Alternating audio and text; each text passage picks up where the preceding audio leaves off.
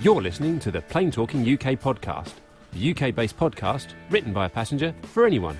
And here are your hosts, Carl Stebbings, Matt Smith and Neville Bounds. God, you're cracking the whip this morning, aren't you? I know. Hello and welcome to episode number 237 of the Plain Talking UK podcast. I'm Carl Stebbings, and joining me in the PTUK studio is my co-host Matt Smith. How are you, Matt? Oh, I'm being rushed around, it seems, this morning.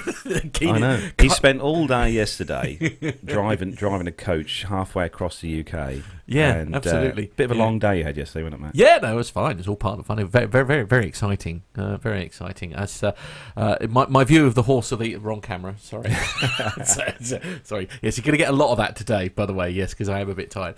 So don't be at all surprised if there's a picture of me while Nev is talking and vice versa today.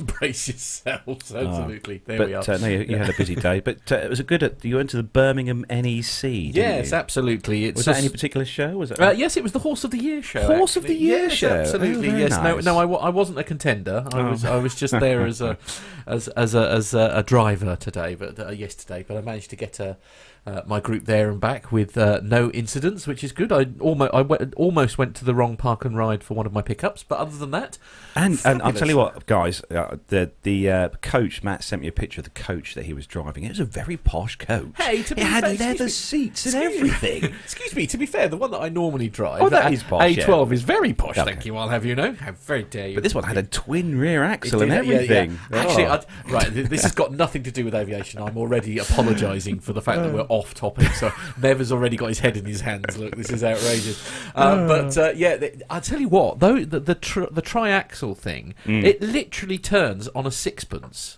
Awesome. If I shouldn't know what one of those has it got is. cruise really. control on that? On that Yeah, it's all got. Yeah, really? But no, you see, you keep saying that. The one I normally posh. drive has got cruise control on fair it. enough. So yeah, it's not. They're not really that dissimilar in age. Anyway, so joining us as well this morning is the legend, the absolute legend of awesomeness of AV and tech. It's Neville Bounds. Hello. Yes, I'm also a bit tired because I got up early to watch the Formula One.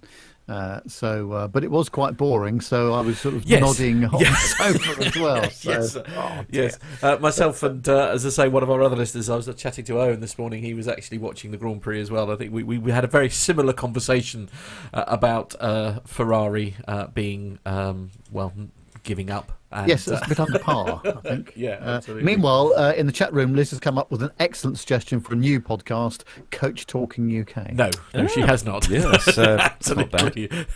I mean, although, again, it could be the new contender for the official cure to insomnia, which is what our current show is. But anyway, there we are. Absolutely. So we're going to welcome everyone to the live YouTube chat room this morning. Chat room up. Matt's right. So while he's doing that, anyway, we've got Mariana is in I'm the in a chat bit room. of a mess this morning. Sorry, ladies Good and morning, gentlemen. Mariana. Auntie Liz is in the chat room as well. So while he's doing We have got...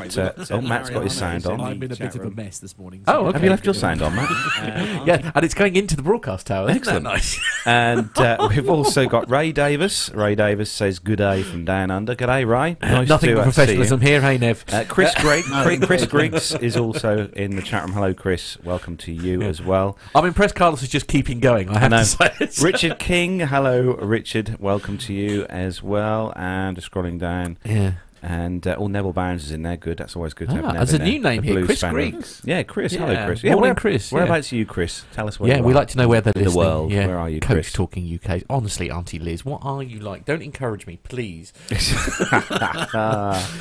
Oh, no, but we have got a full packed show this week. We've got loads of news to get through, and also we've got some more segments from Farnborough, which were obviously awesome this year. We've got some more to play out from that. We've also got some audio feedback from Evan Shue, which is really good because he's actually recorded it whilst flying, which was quite good in Australia. So it'll be good to down hear under, all mate. that. Yeah, it'll be good to hear. It's a bit of ATC banter on there as well, so that's great. Okay. That's coming up later as well. We've got a splattering. Oh, he's based in Oxford, by the way. Of military Chris. news. Oh, hello, Yes. Oxford, excellent. Yes, and not a million miles away from Sir Neville and Bounds. Just 20 miles or so. Yeah. Very good, excellent. Oh well, perhaps you could throw stones at each other.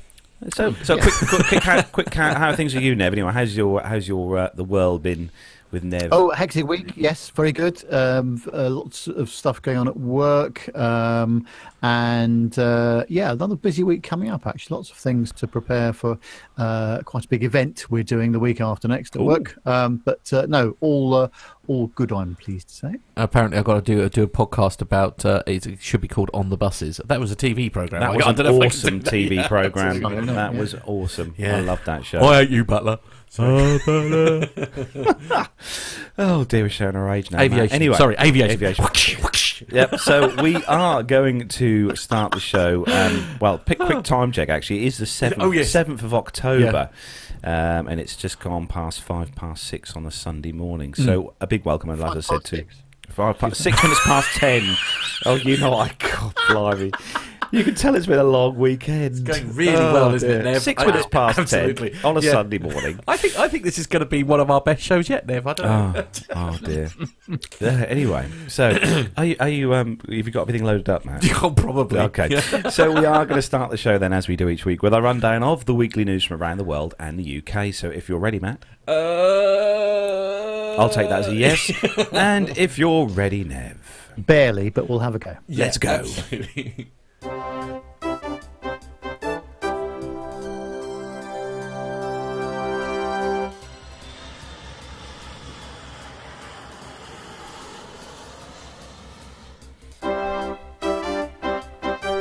So, kicking off this week's first news story, this one is on the bbc.co.uk website. Obviously, we've got to start off with a posh website for the first news story, and it's a headline that was on earlier this week, and it's sad news because it's another loss of another carrier of an airline. Oh no!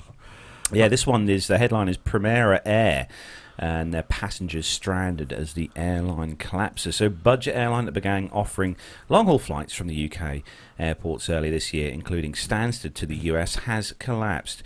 Primera Air said it was ceasing all operations at midnight on Monday after 14 years of operations. Flights to I didn't realise Washington, it'd been going that long, actually. Yeah. Flights to Washington and New York due to leave Stansted on Monday night were grounded, and passengers have been told not to go to the airport at all for any flights this week. One flight from Birmingham to Malaga arrived on Monday evening. The airline, which had 15 aircraft on the fleet, began offering low-cost flights from Stansted and Birmingham to North America, including Washington, Newark and Toronto, which was early this year. Flights from Manchester to Malaga were due to start later this month. Most of the airline's businesses involve taking Scandinavian holidaymakers to destinations such as Spain, Greece, Italy, Egypt and Turkey. Canadian Angela Dura was in a queue to board one of the planes from Paris to Toronto with her husband, and there was an announcement saying that the flight had been cancelled.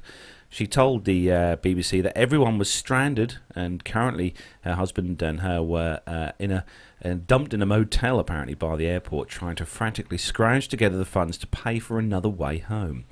And they were yet to find an alternative flight when the story broke. So she said that they were supposed to be a budget trip, and it looks like costing them an extra £1,700 or €2,000 to complete their journey. So the UK Civil Aviation Authority has advised passengers who travelled on an outward Primera flight that they will need to make their own arrangements to return to the UK.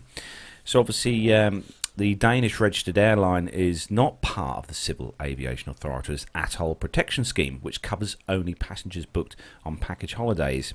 So if you've paid by credit card your flight and you've paid more than £100, you'll be able to claim compensation from the credit card company under Section 75 of the Consumer Credit Act 1974. If you've paid by debit card and paid more than £100, you could try to contact your bank and ask for about a charge back. However, to get this form of compensation, your bank would need to claw back your money from Primera, which is now insolvent. If you booked through a travel agent, which is Atoll protected, you may be able to claim compensation via the travel agent. And if you have travel insurance, which I hope most people these days do take out travel insurance before they go on holiday, you may be able to claim through your insurance company if they cover insolvencies, which I think most insurance companies do cover for collapses of companies. But it's sad news, obviously, because Primera...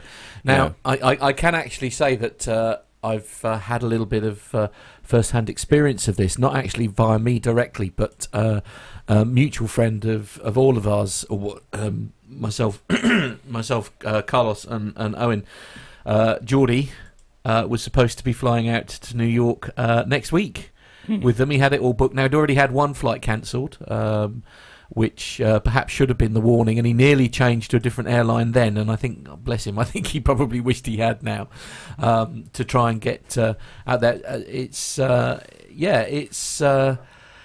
He's had a real mare, there's no two ways about it, he's had a real mare to try and get things sorted. I didn't realise that was a thing though. I thought I thought you did get your money. I thought you did get your money back if you booked by credit card. The atoll protector thing, but like I said, if you're booked by credit card, you're normally always covered by your credit card issuer. But you were saying in the story there that because they're insolvent, you may not necessarily get your money back from the credit card issuer. I didn't know that was how it worked. I think credit cards you'll be okay. I think it's like a certain other. You won't get your money back from the airline. That's for sure. No, okay. But I was just looking on there. Have I misunderstood that, Nev? Have I thought that was basically because it's not a British registered airline. You see, so the CA. If you remember when Monarch collapsed, the CA put a lot of flights in place. They took some. Was it Qatar? I think, wasn't it? Yeah, Qatar. All sorts of aircraft are being flown out to rescue passengers. So actually, the repatriation bit went pretty well. But of course, in this case, it's not a British registered airline. So that's no, but what about in regard to people who've got there and getting their money back? I mean, is the chargeback system likely to give them their money back then from credit? It depends on how decent the credit card companies are going to be, I guess, doesn't it? But that's their only form of redress is through the credit card company. So they may not get their full flight refund or the cost of coming back to the UK. Yeah, just something else I'd picked up as well on the on Wikipedia about the airline. They not only were they had 300 employees, which is a terrible shame as well, in the current climate as such, people losing jobs, but also a big knock for Boeing was the fact that they had 18 737 MAX 9s on order, which were due to be starting deliveries from at the end of this year, November this year. They were going to start being delivered to the airlines. So 18 of those, which obviously... and mustn't forget also there's... of course, there is always that risk, and obviously with Monarch going under, and I know from a conversation I saw online recently, of course, some people who were working for Monarch ended up over at Primera, as in the car. Sorry, and I mean, you just feel so sorry for those guys because they've already been through it, and now essentially they're going through it again. I mean, it's never good when an airline collapses. I have to say, a lot of people that I've been speaking to in the industry, and I don't know if this has been your experience as well, Nev, a lot of people have just said that there was no way that this model that they'd set themselves was ever going to work.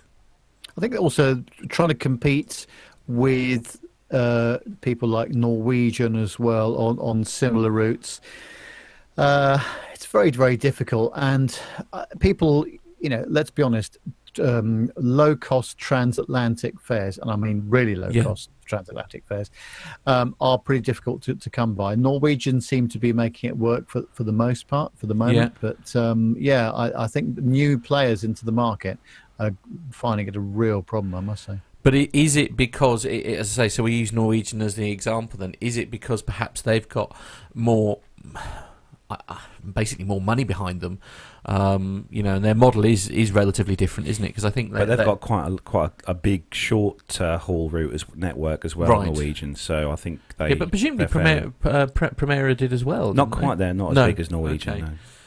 Okay, but Tony S makes a good point that it is a very competitive market out there. I don't know if it's that competitive. To be honest, I don't know if it's that competitive in the sort of the transatlantic thing though, because they were really the first people to make it affordable even to people like me. That's the thing. Because I mean, I'd love to be able to do go over to the States. Obviously now, thanks to this show, obviously I've got lots of friends in the States that I'd love to go and see. But you know, I mean, it's sort of out of my price range now for the foreseeable. Guess who's in the chat room? I don't know. Good morning, Rick Bell. Hello, Sir Rick. How are you? Hello. I think he's in the Scottish region at the moment. I think Is flew he? into He's in Prestwick. Scotland. In Scotland. Oh, hello, Rick. Okay. Yeah, so he's having iron brew for breakfast. Oh, Yes. good. Nice. Yeah. Anyway, moving on to the next story, which is obviously an awesome story for you, Matt. Yes, indeed. Actually, before we move on to that, I should just say that friend of the show, Owen, he's on a layover at Heathrow at the moment, and I have to say he's just actually sent me this particular picture. I mean, that is the way to watch the show, I think, isn't it? Watching it in bed. Essentially, looks like a blue screen of death to me. No, well, it's but, no. It's all right. No, he's Bluetoothing it to his TV because he couldn't get the YouTube app to work. That's more breakfast than I'd eat in one go. To be fair, Right, Owen's tiny. Yeah, I don't know where he's going to put it all, but anyway, is there really hard to see? There's can I see ice cream in the top there? I don't know, but I can see scrambled eggs. Scrambled eggs. That is quite a feast, young man. How on where are you going to put all that exactly? Wow. So yeah, that's Lucky guy. I know, absolutely. Yeah, the tough cabin crew life, eh? I know. Sigh. I suppose you want me to do a news story now. So don't you? on the sun.co.uk, this one. Oh, is it? Oh, it's another quality newspaper then. Yeah, this is what we. I don't know about the story being quality, but no one's having their breakfast. Oh, right. Well, Owen is. Yeah, good luck. See if you can keep it down, mate. Here we go. Oh no, I can't read that. Owen's eating his breakfast. Owen, shh. Turn the speakers off just quickly. turn it off for a minute. Okay, all right. So this is on the Sun newspaper, so you know it's going to be quality. And the headline is sick. So Owen, I'm really sorry. So Bristol and anyone else listening who is eating their breakfast at the moment, I apologise. Bristol couple disgusted after finding vomit on Ryanair seats, and the airline refused to clean it as it would delay the plane. Right. Okay, so a couple from Bristol claimed they were left disgusted after they found that their seats on a Ryanair flight were covered in dry vomit. Sheila and Fred McKinry were flying to Bristol from their home in Alicante to see Aston Villa play Bristol City on the September the 20th. I do love pointless information. But anyway, I wonder what the score was. Yes, absolutely. They've neglected to give us that. Perhaps they will later in the story. But when they got on the plane, they claim they found dried sick on their seats as well as their seatbelts, which they say the airline refused to clean up. The couple said that flight attendants said that they wouldn't be able to clean it up as it would delay the plane taking off. Son Stephen told Bristol Live when they got to their seats, that's what they saw. It was quite obvious someone had been sick. They asked the cabin crew for it to be cleaned, but the man said that it would delay the flight. I mean, certainly in these pictures, which I'm not going to put up, that is so that doesn't minging. look good. He said he continued his attitude was apparently disgruntled. The expectation seemed to be that they should just sit on it. The couple claimed that they were told that they were blocking the aisle and asked to move when they refused to sit on the vomit. Right, okay. They said that there was an empty row there was an empty row of by the emergency exit. Oh, that's great grammar. With these, but these were not offered to them. Instead, another passenger was asked to move into the free seats, and they were then given his empty slot. Okay. The trouble is, do you know what? Sometimes, I don't know, I cannot see how somebody... I'm not sure I believe this story, to be honest with you. First of all, because A, it's in the Sun newspaper, and B, I don't think any ordinary human being would have allowed. I don't understand. If they were really doing that, I do worry perhaps that this particular couple hadn't approached the situation in a reasonable manner. Is that fair to say? I don't know. I certainly wouldn't be impressed if I rocked up on because I have flown Ryanair many times, and I would not sit in that seat. I would not sit in that seat. No. 100%. Neither would I. But I'm just. Rick says, "Please show the photos." Rick Bell in the chat room. He wants to see he wants to see how lovely these seats are. All right. Okay. Right. Right. Here we go, Rick. Okay. My Owen, apologies. close your eyes. Yeah. Yeah. Okay, mate. I'm so sorry. It's here we go then. So this is the first one. I'm so sorry. Again, obviously this is lost on all those listening on the audio show. But anyway, there we are. Right. No, I know. Obviously, we all know that carriers like Ryanair, such as this, have an incredibly tight schedule to stick to, and a turnaround times and stuff. But even so, you would expect a kind of, a little bit of cleaning work. The only thing I can think of is somebody perhaps missed this. I'm going to turn that off. I'm sorry. Yeah. The only thing I can think of is that somebody perhaps missed it, like during their turnaround checks, and which is easily done because we know how ridiculous their turnaround times are. So they have to, do it really, really quickly to sort of meet their targets and to get the because otherwise it is literally going to delay the flight. I get that, but you'd have thought that this is why I'm suspecting that they perhaps haven't approached it. They've gone in a bit sort of like gun-ho type thing and basically offended the guy who's in charge essentially. And it's just I don't know. There's a lot about this story that bothers me that I'm not believing, if I'm honest, because I don't think anybody ever, even if you've had the worst day in the office ever, would make anybody sit in that seat. I'm sorry. No, okay, just no. Me. Yeah. It's not good enough anyway. No, okay. I mean, obviously, this wouldn't happen with BA, Nev, would it? I mean, well, no, of course not. Yes. Speaking of BA. Speaking of BA, the next story. I see what you Nev, did there, Nev. Very good. Yes. the next story, actually, this one will be a happy one for Nick, Captain Nick, because he is a fan of this particular model of aircraft. Mm-hmm. Yes, it's on the businesstraveller.com, and it says that British Airways will continue to lease Air Belgium's A340s until mid-December. Initially, BA leased the Air Belgium's A340 solely for its Cairo route, whilst a number of its Boeing 787s were undergoing technical checks. Trent 1000. Stuff. Is that the word? Is it? That's the official title. Yes. The lease was then extended with Air Belgium's aircraft operating between London Heathrow and Abu Dhabi until the end of October. Today, Airline Route reports that the A340-300 lease is being extended until mid-December. This time, it will operate BA's London Heathrow to Dubai route. And from November the 1st, the A340-300 will be operating one of BA's 3 daily flights on the Dubai service. BA's website clearly displays Air Belgium as the operator for the BA 105, which is Heathrow to Dubai, and the BA 104, which is Dubai back to Heathrow. At the time of writing, it's unclear whether or not the lease will be further extended. I guess suppose it much depends on the Dreamliner situation.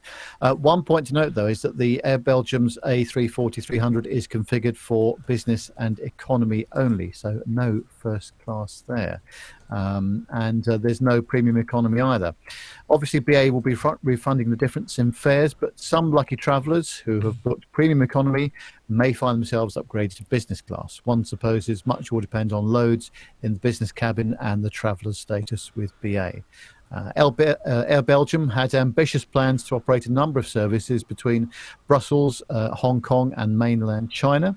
It also received approval to operate transatlantic services, so it should wish. But it suspended Hong Kong after only a few months, and there's no indication of when it will start services to China.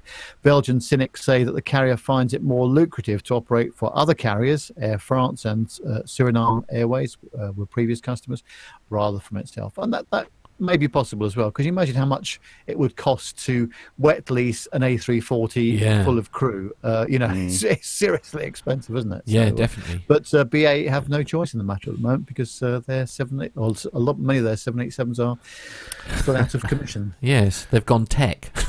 Essentially. I know we keep referring to said debacles, engine issue.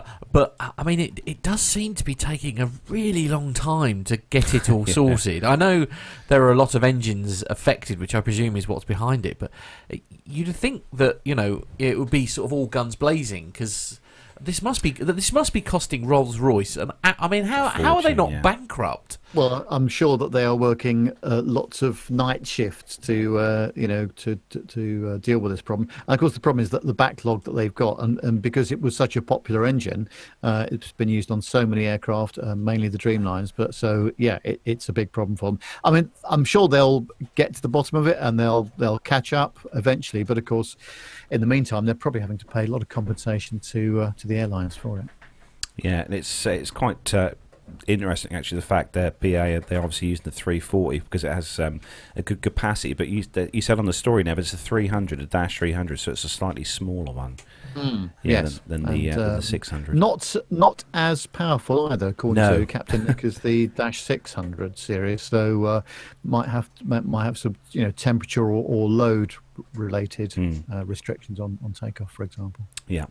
So moving on to the next story, and this one is on Forbes.com. This website, and it's one for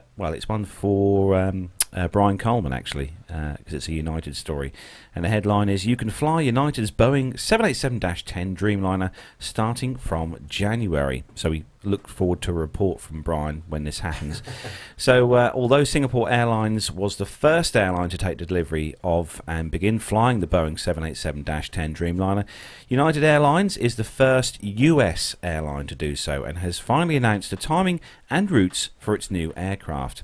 In good news for the US space flyers, the jets will go into service on domestic routes rather than long-haul international routes, for which United tends to use its other Dreamliners.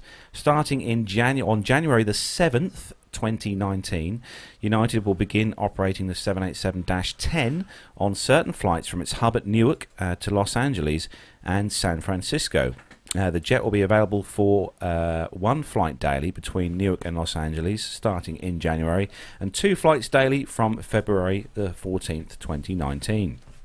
Flyers between Newark and San Francisco can expect to see the planes twice daily from February the 14th and 3 times daily starting on March the 8th, 2019. Since the airline will operate 12 flights to Los Angeles and 15 to San Francisco daily, however, be sure to check the schedule and seat map of any bookings you make in order to ensure that you are on the correct aircraft. The 787-10 is a stretched version of Boeing's other Dreamliners, the Dash 8 and Dash 9, and it will have 318 seats in total, 44 in business class and 21 in United's new Premium Plus and 54 in Economy Plus, with a few inches more legroom than regular economy, and 199 economy seats. The business class cabin will feature the new airline's newest Polaris seats. The fully lie-flat seats are arranged in a dense 1-2-1 configuration so that each passenger has direct aisle access. They're also treated to Saks Fifth Avenue amenity kits with cowshed spa products, specialty cocktails and seasonal menus developed throughout the airline's partnership. No, you can't let that go. That's an interesting company, that is. You'll have to Google them. Yeah. The aircraft will have United's new Premium Plus seats too, which are the airline's new version of Premium Economy, and there will be just 21 of these seats on board. They'll be located in the first 3 rows at the front of the economy cabin and arranged in a 2-3-2 pattern. And because of that, each is closer up to 19 inches wide compared to 17 inches in coach, and will have 38 inches of pitch rather than the 31 to 32 inches in regular coach seats. The airline will initially sell Premium Plus seats like the extra legroom Economy Plus seats directly behind them rather than a separate product, and after a few months, however, the fares for these seats are likely to go up as United begins to sell them as a distinct separate option. It's safe to say it's going to be one of these aircraft. I think there'll be a few sort of ad geeks wanting to get onto and go on. But yeah, I've seen the Dash 10 at Dubai last year at the air show, and it's awesome to see. You can tell the stretch between that and the Dash 9. But yeah, I'd like to try flying United because obviously Brian raves about United all the time. Yeah, I mean, he certainly talks about them a lot. I'm not sure raving is the right word. Perhaps we'll wait for a report from Brian next year as to how good the Dash 10 is. Yeah, absolutely. Do we know much about it? And the said Dash 10. I mean, how it differs to well, it's slightly stretched than the Dash 9. Yeah. It's the largest of the Dreamliner family. Yeah, and it's obviously not in actual flight well, but Singapore Airlines are going to have those. I'm not sure. I think have BA ordered some of these, Nev, or was it the Dash 9? Can't remember. Certainly Dash 9s they have. Yeah, I don't know whether BA got these. I'll have to look it up in a minute. But, yeah. Yes. So next story for Matt is it's the Bournemouth Echo. .co.uk. Okay, wow. Yes, okay, so this is on the Daily Echo, God help us all. And it's passengers who booked alternative flights from Bournemouth Airport can't get their money back. So furious air passengers were hundreds of pounds out of pocket after Ryanair wrongly told them their flights from Bournemouth Airport had been cancelled. Oops. Poole resident Stephen Gray moved swiftly to book alternative flights after seeing the word cancelled display across his bookings to Tenerife.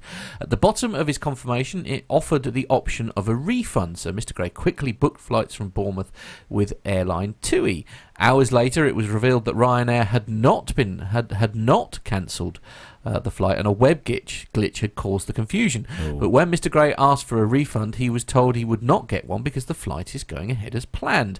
Mrs. Gray, his wife Lisa, Mr. Gray, his wife Lisa, and mother-in-law Barbara Tite, obviously very important information, are travelling to Tenerife in November. He told the Daily Echo, "My mother-in-law has a place in Tenerife, Lucky so we her. are going ahead, so that she's going ahead of us, and we're going to catch her up when we get holiday from work. Our holidays are already booked with our employers, so I thought it would be good to get in quickly with alternative flights because we can't go at any other time. I paid around £700 for the flights, but through what I would get back, the £550 I had already paid to Ryanair to going towards the costs. This was supposed to be a cheap holiday, but it definitely hasn't turned out that way. We've now paid more than £1,200 and have 2 flights each in both directions." Mr. Gray, who works for Tapa Funeral Services, added, "I even suggested that they give us a credit instead because we fly quite regularly, but they weren't even going to do that. I've flown with Ryanair many times and I have never had any problems before, but this seems very unfair." Ryanair said in a statement, "This flight showed as unavailable for 2 hours due to a server issue, which was quickly resolved. A member of our customer team has contacted this customer to resolve the issue directly, and we apologise for any inconvenience." Bit of an IT glitch there. A Windows update, maybe. Yes, quite possibly. Yes, yeah, you had a Windows update. Yes, I saw that. I saw that message in the group chat that appeared yesterday. You chose not to do the Windows 10 update just before your disco, then. Right. Okay. It was so funny because I literally set everything up and then booted the laptop up ready to start last night's gig, and it had the blue screen come up with Windows update is available. Do you want to proceed? God no. Yeah, absolutely. I actually put. I don't know. Some people might have seen me on Twitter and I just said, brace yourselves, everyone. Windows 10 is updating. It's one of my friends actually posted on there. He's doing rather well out of the latest set of updates. It's keeping him very busy, but. So perhaps they've done an update, and I see. The only thing I would say with this story is I think perhaps where he went wrong is he should have maybe taken a screenshot or something of this to say that it said cancelled, because. You know, the trouble is it's essentially his word against theirs, and they're saying that it only ever showed that the flights were unavailable, not cancelled. So you've got, the airline's word against theirs, and I'm sure this gentleman, Mr. Gray, is completely accurate in what he's saying, in the fact that that it did say cancelled. Because, I mean, you don't just sort of, although I suppose, again, and this is maybe where we're showing off, I mean, I would like to think that us three would not just take it necessarily on hearsay. You do a bit of research first before you actually then go ahead and book some extra flights, maybe. I don't know. But yeah, shall we call it a PT UK top tip? Is to look into it a little bit further, perhaps before you go booking another flight. Actually, and also, Rick Bell has got a PTUK top tip in the chat room. I don't agree with it myself, but he said this is why you should go to Mac. Yeah, absolutely. Look at Nev. There we go. Do that again, Nev. Yeah, sorry, there we are. Yeah, see, yeah, absolutely. Yeah, thumbs up from Nev here. And I agree with him. The only reason I'm putting up with Windows is because this marvellous software is unavailable on the Mac operating system. Sense. Anyway, moving on to the next story, Nev. Yeah. Yes. Yeah. Can you put it into line, please? This is making me hungry, actually, because it's on the Business Traveller website again, and it's about BA's changes to its new Club World meal service from this winter.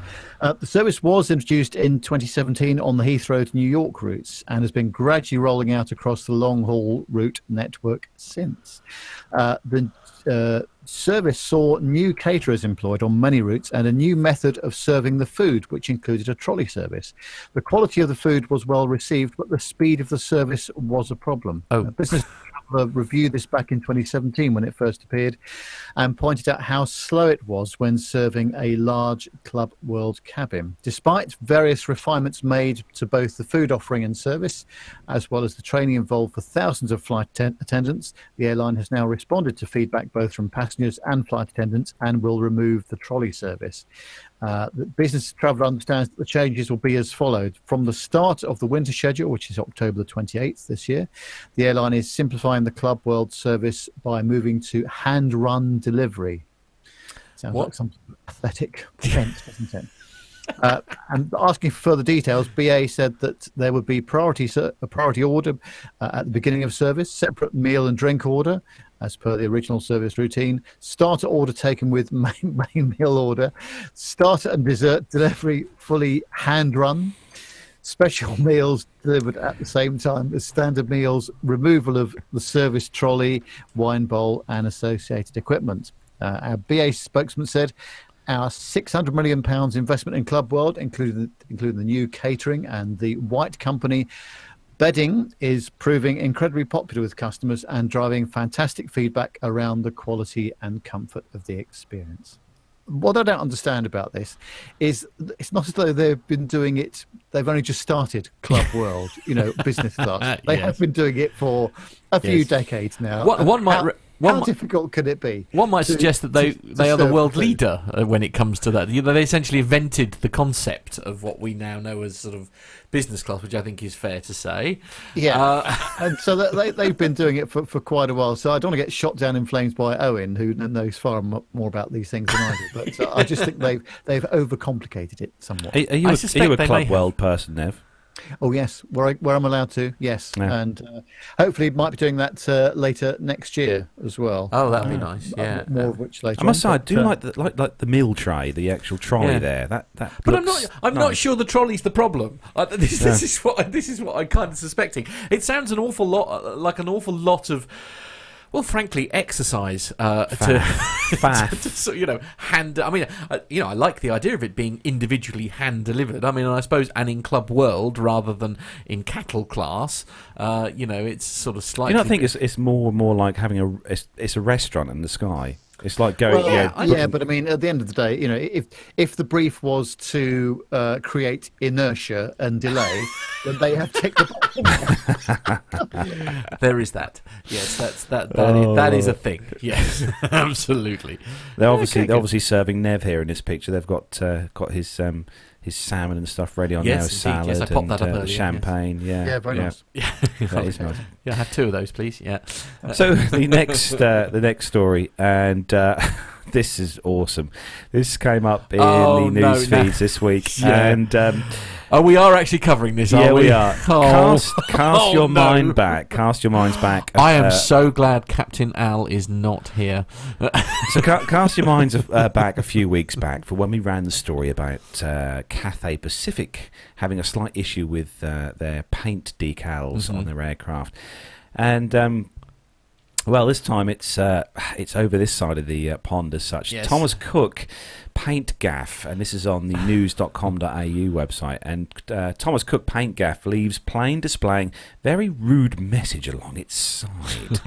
So Thomas Cook has suffered a massive paint job fail on its aircraft with a rather obscene looking sentence spelled out on its livery.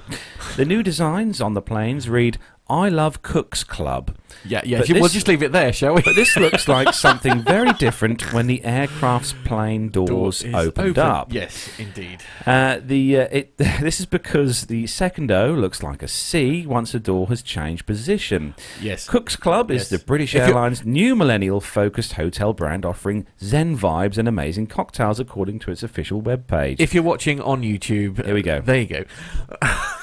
For those of you in the YouTube land, you keep can going, see. Carlos. Pretend it's not happening. Keep going. News Hub revealed the plane with the embarrassing problem had been spotted on the tarmac by a passenger. It is overlaid with the words, "Move over Cathay Paciic, another paint job gone wrong." Yeah. The image has been verified to be true, as a similar photo was previously taken of the aircraft with an awkward mistake on the inside an aircraft hangar. Thomas Cook told Sun Online, and it goes without saying, it's an accident, but it's one way to highlight where the emergency exit is. Wow, now that is a positive spin, isn't it? Obviously, this comes after a few weeks after Cathay had a similar nightmare with their paint job. They had a Hong Kong-based carriers 300 read Cathay Paciic with the word Pacific spelled wrong. I think it was Ben in Australia who I think for me had the tweet of the year, actually, where it was basically Cathay Paciic, and then underneath it said we've had a bit of a paint job faux pas, and then underneath it said it said Thomas Cook, hold my beer. It's just like I think they're just trying to outdo them. I think going back to what we were saying with the Cathay Paciic thing, it was fabulous PR, and I think they've decided that they're going to have a go at it too. Yeah, so for those of you watching the YouTube feed, I hope you enjoyed that picture, because it is rather... What do you think of this, Nev? Eh?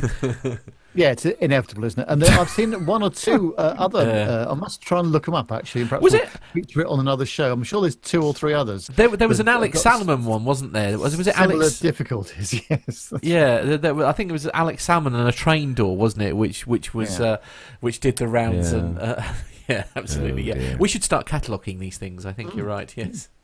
So moving on to the next story, and Matt, this one is for you. Indeed, yes. So this is on the Airport Business website, and the headline is "Final preparations underway for opening of Istanbul's new airport." So the official opening of the Istanbul new airport is scheduled to take place on the 29th of October. The first phase of the new mega hub includes 2 runways, a terminal, and an annual passenger capacity of 90 million. Wow, here we go. So technology advanced, architecturally breathtaking, and constructed in just 3.5 years. And an ad blocker thingy, sorry. That was going so well.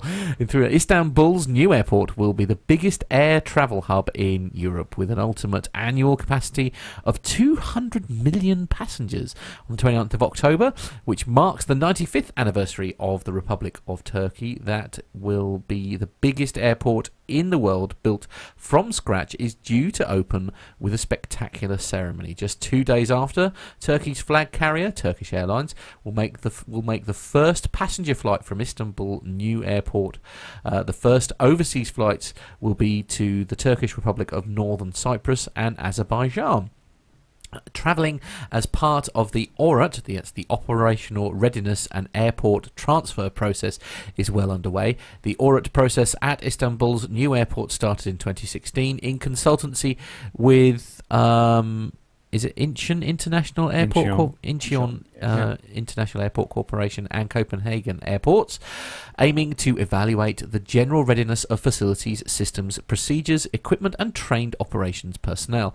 These trials have also allowed the participants, who are the end users of Istanbul's new airport, to simulate their processes under real operational conditions before the launch. A transfer to an airport that will reflect Turkey's strength and potential for growth and turn a new page in aviation history will take place, says the CEO General Manager of IGA. We have finished all preparations for the transfer to Istanbul's new airport. We have especially made significant progress in the operational preparation part, which is the first stage of ORAT. We'll carry out these 3 major trials in the coming month. We are working on scenarios based on 105 different subjects and event. The transfer to Istanbul New Airport. Is this the actual new name? Are they literally calling it Istanbul New Airport, or have they just not given it a name yet? I think it's Agir Airport. Right, okay. Sorry, so they just keep saying transfer to Istanbul New Airport. They don't actually sort of like name it at any point. Carlos will look it up while I finish. So anyway, it'll be the biggest ever airport transfer in the world. There have been no airports transferred further than 45 kilometres in the world. So since 2006, we've been meticulously carrying out our works regarding the transfer to Istanbul New Airport. At this point, we have finished the training of airlines, particularly Turkish Airlines, ground services and other stakeholders, all in order to ensure their orientation to the airport in their operation preparation is underway. So...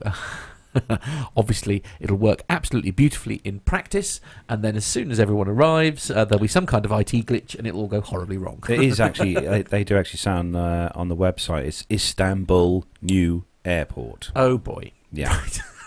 Okay, that's really imaginative. And the come on, they must have a, you know. No, it's I mean, they've got the ICAO code sorted out, which is LTFM, or Lima Tango Foxtrot Mike, which is the ICAO code, just for you pilots out there of this. But it's a massive, massive airport. I mean, the pictures, if you Google the Istanbul's new airport online, this airport is huge. Because I didn't realise, but the airport that they use currently in Turkey is the fifth busiest airport in Europe. Is it? Which is quite an achievement. I pretty think. incredible. I mean, well, especially with the sunset in the picture. I mean, obviously this is a promo shot, but with the sunset, I mean, it does look spectacular, doesn't it? It's huge. Yeah. Indeed. One to try, Nev, I think. Yeah, definitely. Yeah. So the next story, Nev, it's another BA one for you. It is, and it's interesting actually. This is on the businesstraveller.com because it says that BA marks the 60th anniversary of the first jet engine flight across the Atlantic. Somehow seems longer than that, doesn't it? But it does, yeah. Only 60 years. And as a lead up to its 100-year anniversary next year, BA is marking the 60th anniversary of its first flight using a turbojet engine aircraft from Europe to New York. The jet flight reduced the 18-hour trip from London to New York to 7 hours. On October the 4th, 1958, the airline flew two de Havilland Comet 4 aircraft, one from New York to London and the other from London to New York. The airline hosted special anniversary events at its headquarters to celebrate the event. One of its original cabin crew members, Peggy Thorne, 91, who had joined BOAC in 1950 and was handpicked to serve customers on the first flight, was at the event. It was marvellous, she said. We were used to travelling to New York on Boeing Stratocruisers, which took up to 20 hours. We couldn't believe the flight was possible in such a short time. It was so exciting to be the first. Absolutely wonderful. There were all sorts of dignitaries on board, press and the chairman of BOAC. It was a thrilling experience. We served customers Madeira biscuits and coffee when they came on board, followed by cocktails and canapes, as they say in East Anglia. Of course, yes. Fair point. And the cannabis, actually. And then a 5-course lunch with wines. Petit four followed, and there was afternoon tea. Our customers loved it. They ate and drank from when they got on board until the time they got off. Sounds like a Ryanair flight, doesn't it? I thought you said cannabis there for a minute. I'm so sorry. That's why I laughed. They were flying on some new gear. So. Yes, absolutely. Captain Hugh Dibley, as a former Comet 4 navigator, was also at the event. He said the Comet 4 was delivered to BOAC on the 30th of September and flew across the Atlantic on the 4th of October, which was quite a surprise to some people, not least because it was so fast. The Comet 4 was a firm favourite with pilots, and it was nice to fly, and the design meant it was quite easy to make smooth landings. It had a great passenger appeal due to its beautiful appearance and takeoff performance. BOAC beats US airline Pan Am, which had been promising that it would be the first airline to do this. In 1958, the Comet 4 carried 48 customers every day from London in 2 cabins, deluxe and first class. A ticket cost the equivalent of £8,000 today. Wow. So it's always it's amazing, isn't it? So we're flying, or they were flying 48 customers every day. And now, you know, on the 747s and the A380s, it's 400 to 550 people, isn't it? Absolutely incredible. But it's the Comet is awesome. We saw one of these, didn't we, Nev, at Bruntingthorpe? Yeah. They had one of these doing the fast taxi run. Yeah. The Comet. There. Tony S in the chat room has said, "Yeah, it's just such a shame they kept crashing." Yes, they did. Yes, there was a slight. They had a decline. little teething problem with the Yeah. Comet, when unfortunately, and that was due to the shape of the windows, wasn't it, Nev? Oh, was it? Yeah. Oh, Yeah. wow. Yeah, they opted for square windows when they first designed and built the Comet, which obviously square windows have very sharp right angles, which doesn't help when the aircraft's pressurised time and time again. So that led to fatigue cracks appearing from the corners, which obviously then they designed and changed the design to the kind of oval windows, which is now more commonplace now. Yeah, absolutely. Who'd have thought such a simple change could make such a difference to the way? That was a very, very big investigation the stuff. And Tony's added that, and the wings stalled on takeoff. What does that mean? Somebody explain that. Airflow over the wings. I didn't know that one actually, Tony. That's a new one for me. Yeah. I'll have to. See, this is why our listeners are chat amazing. room. Yeah, this is why our listeners are amazing. So next story is on the eu.usatoday.com. I beg your pardon. It's a big mouthful there. And this one is all about these emotional support animals. Oh, no. So Spirit Airlines is joining other carriers in tightening its policies on emotional support animals. So for those of you wanting to take your donkey or horse or giraffe, you're out of luck now. So the discount airline, new rules which go into effect on October the 15th require passengers to provide at least 48 hours notice if they're bringing an emotional support animal or a psychiatric service animal on a flight and requires more documentation. Travellers will now have to submit 3 forms compared with 1 form currently. The forms: certification from a licensed mental health professional treating the passenger for a mental health related disability, certification from a licensed veterinarian, and a liability form that states, among other things, that passengers take full responsibility for the safety and well-being and comfort of the animal, including animals' interactions with other animals or individuals. Until now, Spirit has only required passengers bring in an emotional support animal on board to provide a letter from a licensed mental health professional to an airport agent on the day of travel. The new policy posted on Spirit's website says passengers who simply show up at the airport with their documents, as they have in the past, risk not being able to board their flight. If these forms are not submitted at least 48 hours prior to your flight. While we will do our best to review and approve them, we cannot guarantee travel with your animal, the airline says. Airlines have begun tightening the rules on emotional support animals this year due to a surge in the number of animals being brought onto planes, some to avoid pet fees, critics allege, and the lack of federal regulation. Nev. I just looked up there. Nev's got his emotional support podcast assistant. Meerkat, yeah, yes. Absolutely. It's a tough show to get through if you don't have some kind of animal support. I think. Yeah. Delta Airlines was the first major airline to revise its policy when it announced new rules in January, and the airline started the trend of requiring 48 hours advance notice and more documentation about the necessity of animals. United Airlines changed its rules in February, followed by American Airlines in May, and Southwest Airlines changed their policy in September as well this year.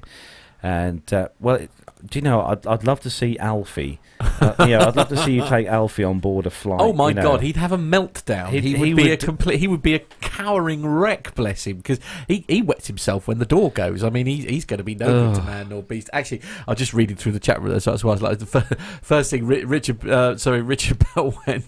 Rick went, "Oh no, abort," which is never a good start. It's just like Neil Lamworn likes your idea of a psychic service animal would be much better than your little slip up psychic service animal. Absolutely. That would be good. Auntie Liz has suggested that a drink fetching animal would be the way forward. Owen then chipped in saying that is the cabin crew, I'm afraid, dear. Which is always emotional nice. support. I find the stories amusing with these emotional support animals of various sort of shapes and sizes. Tony's asking if you're I can't even get it.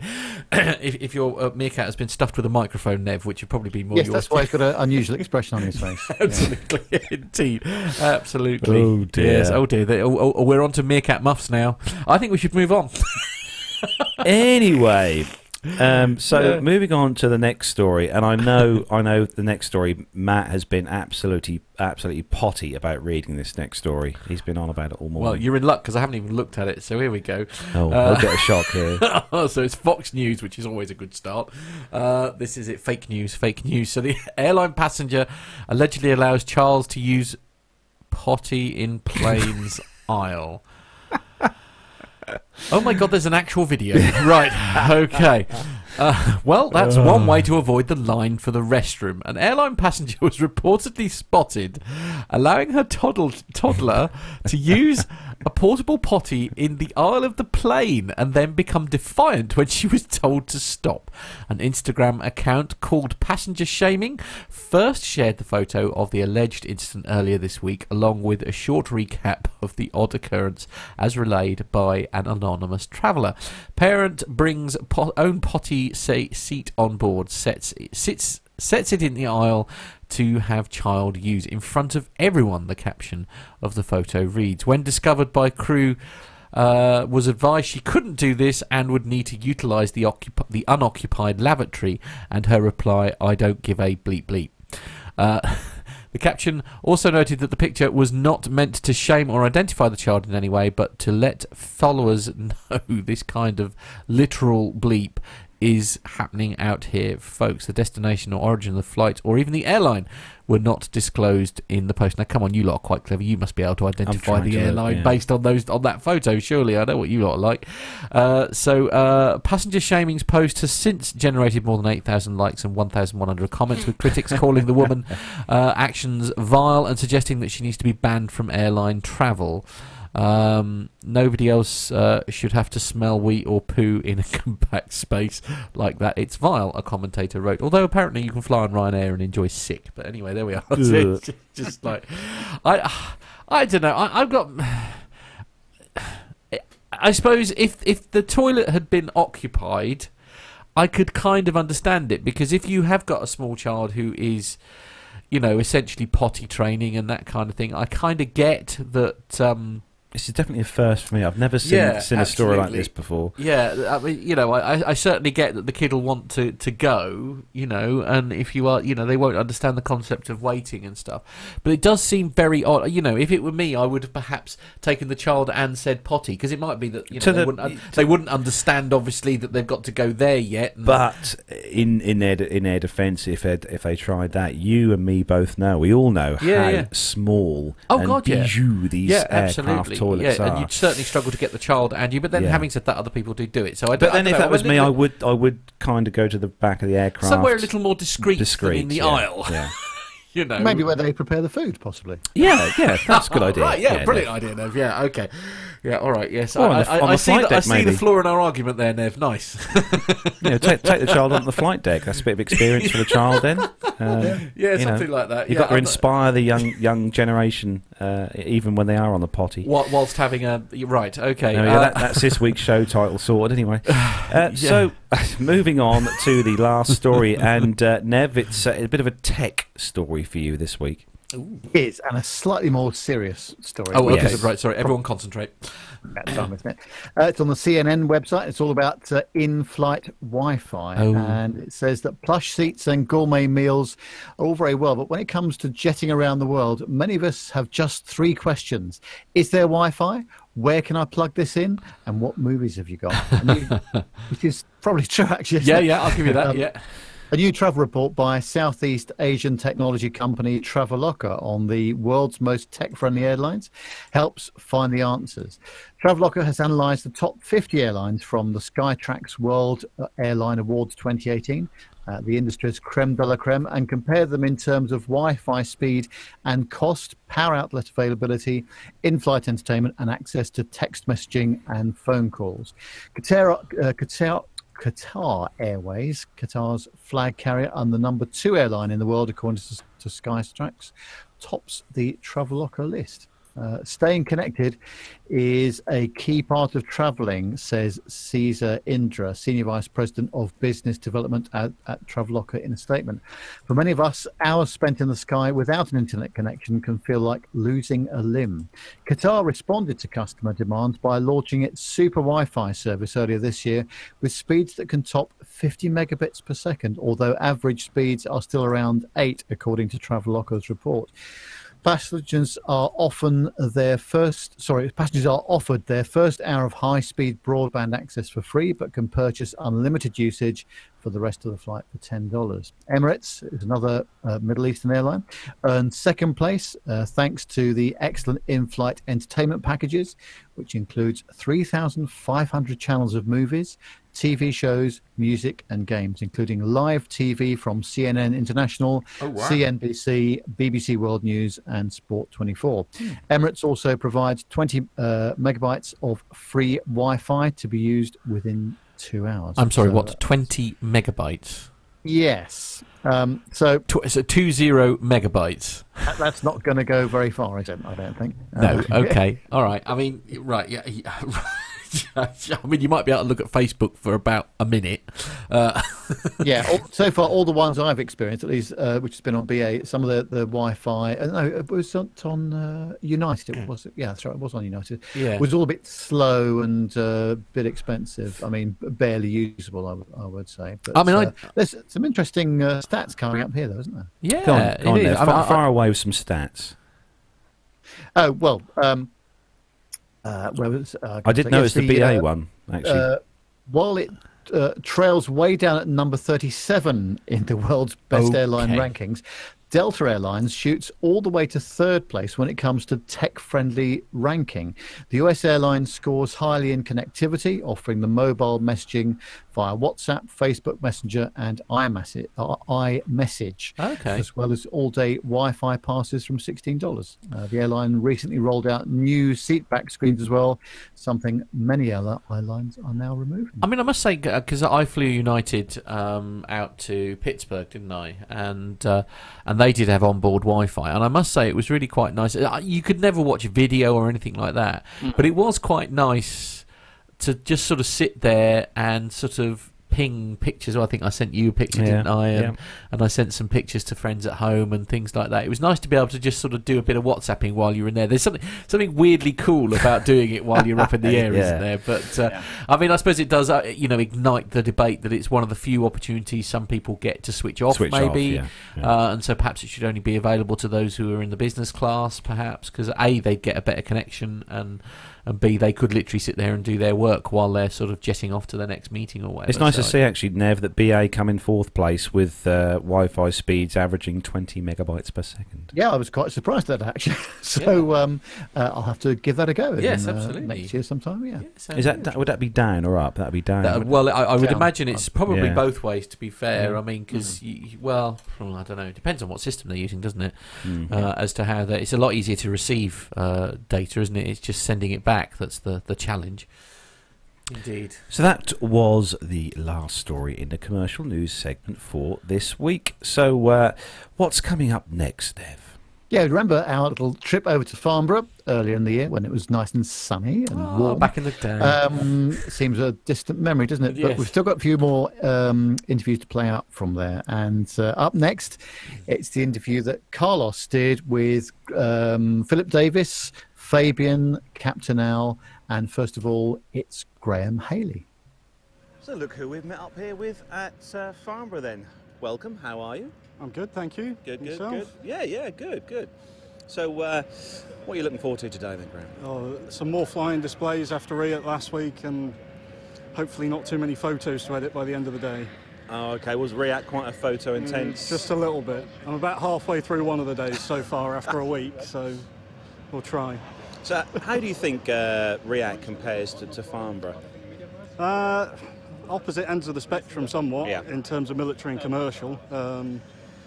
And this is a lot more of a trade show, but Riyadh was incredible for flying displays, so I'm setting my expectations a little bit lower for it. So would you say it's the best year?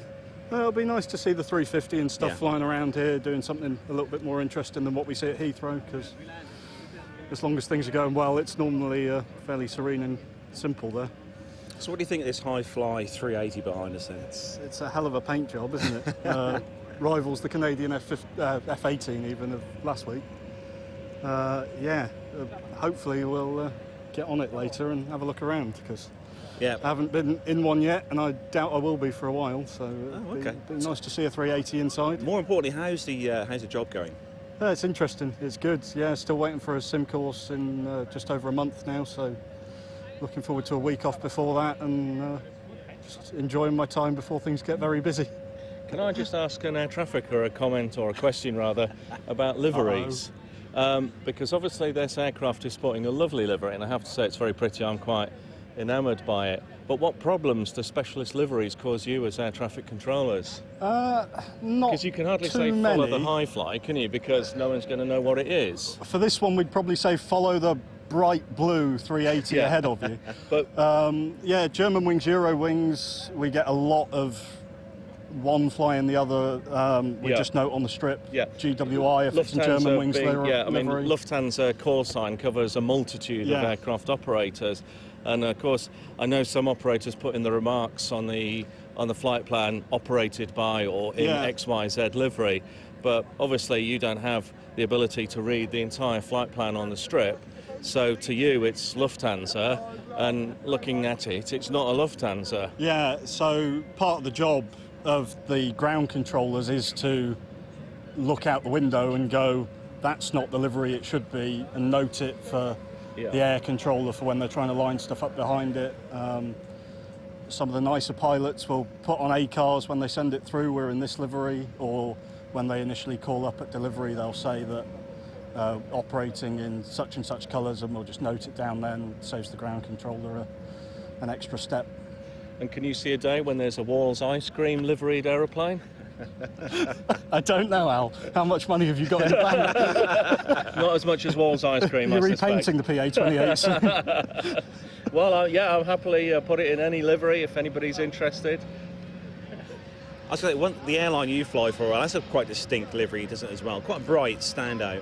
It does, although because some of the aircraft are nearly 2 years old, there's the old livery and the new livery, and of course that creates certain anomalies, because on some of the aircraft they should have a white radome, and on some of them they should have a pink, and sometimes you'll find a pink one on a white one and so forth, so you do get some interesting sort of mix and match combinations. But as it stands at the moment, it's quite a striking livery, and I actually think it's quite recognisable.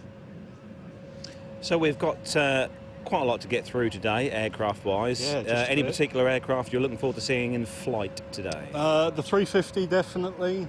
I haven't looked too much at what else is on. The Spanish Harrier is going to be interesting, because it's got to be 6 or 7 years since I last saw a Harrier flying, so it'll be nice to see a hover display out of that, hopefully. Right, well, thanks for joining us. It's great to see you, as always, and obviously good luck with the job and everything. Cheers. And I look forward to maybe hearing you on the radio at some point whilst I'm tuning in to maybe. airwaves. We'll talk to those Air Malta flights occasionally. Good to hear. So we have also got Fabian. Hi there. How are you, Fabian? Good, and you? Yeah, very well, very well. Enjoying the UK summer. Yeah, it's a good day and nice weather today. I really enjoyed it. So Fabian, you've been to Farnborough a few times now, haven't you, over the years? No, that's my first time. Your first time? Yes, it is. Oh, okay. Just the last 2 days, I would say, and today. So any particular aircraft you're looking forward to seeing today on the show? I think of what's here today, I saw everything the last few days, so just nice hanging around, see the air show, meeting good people. Yeah. I have geeks everywhere. Yes, that's true, and it's always fun conversation going on. And there is a kind of word going around that there possibly may be a Captain Jeff and a Captain Nick somewhere around here. I haven't seen them yet. I saw them Thursday, but not yet today. And there's more people turning up. This is amazing. I tell you, it's a massive group family get-together. So, Philip. That's me. How are you? Yeah, fine, thank you. And you? Yes, very well, very well. And Well, you've made the trek here today. How far was it for you to get here today? 165 miles. Is that all? That's all. Yeah, not very far. Okay. Nearly as far as me. Yeah, nearly. So, Philip, what are you looking forward to today? Hopefully going on that thing behind us. Well, the High Fly 380. 380, yeah. I'd love to go on there again. Went on there last time, but not been on one with seats in yet, so that's my thing, airliners, and that's the beast, isn't it? Because that's ex-Singapore Airlines one. Yeah, that's right, yeah. SKD. Yeah. So, Philip, you've obviously, you've settled in here today. The weather's fantastic. Yep, it certainly is. And all the family of aviation geeks are here. That's right. And are you looking forward to having a good... Are you here for a few days or No, just today. I'm back home just today. Tonight. So, 22-hour day. But sure, it'll be worth it. And meeting everybody is the best part of it. So that's the very great part, true. isn't it? So yeah, no, looking forward to a great day. So well, thanks for joining us, okay, Philip. thank you. Lovely to see you. Cheers.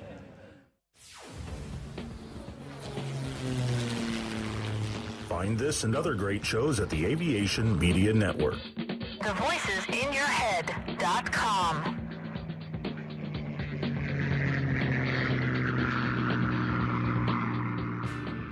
The Plain Talking UK podcast is a voluntary project that aims to keep you informed with the latest aviation-related stories from newswires across the globe. Producing our content does cost money though. If you enjoy our show, why not help us keep on the air by making a donation towards the server and website hosting fees through PayPal. Any contributions would be greatly appreciated. Are you an Amazon user? If so, why not do your shopping through the link on our website? There's no cost to yourself and Amazon pay us a small referral fee on qualifying purchases. To find out more about the show and to meet the team, take yourself to our website www.plaintalkinguk.com or find us on Facebook at facebook.com/plaintalkinguk, on Twitter via @plaintalkinguk, or get in touch via email on podcast@plaintalkinguk.com. Thanks for listening. Flybe 5823, Trent Dane for 23-hour Manchester, Wizz Air 6X, climb flight level 210, direct to Bretlands Park. United 123, maintain 280 knots. London 2TME, turn right onto Bravo, link, 21 join Alpha, hold at Mora, Speedbird 472, LOC/DME, approach runway 27 left, follow the green stand 544. That's enough air traffic control for today, Nat. Bedtime. Have you ever wondered what it would be like to fly a commercial passenger jet? Looked up at the sky and thought, I wish that was me? Well, now anyone has the chance to have a go at flying in a real aircraft simulator. NP Simulations and Flight Experience London, the only official Boeing licensed product of its kind in the UK, offer you the chance to fly anywhere in the world in their fixed-base Boeing 737-800 flight simulator. And that's not all.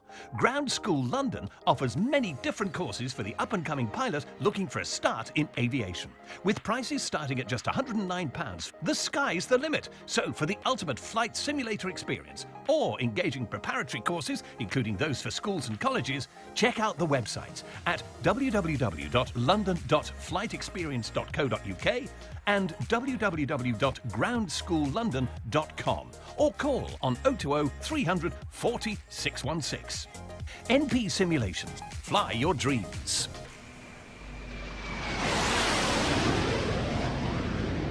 I was just saying to Matt during that playback there, Nev, that we're in October now. We just got so much content from Farnborough. While we have for the weekend. And we've got one more to play out next week, and then that's about it. And that'll be it. Yeah. No, really enjoyed speaking to everybody down there as well. It was great. Yeah, and we also met Rick Bell there, didn't we, as well at Farnborough? Yeah, that was which is awesome.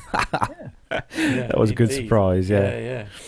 So moving on to the next part of the show, then we've got some military news to bring you. And quite an exciting story for the first one, actually, I think. Okay. So if everyone's ready, yes. Let's go. Yes, here we go.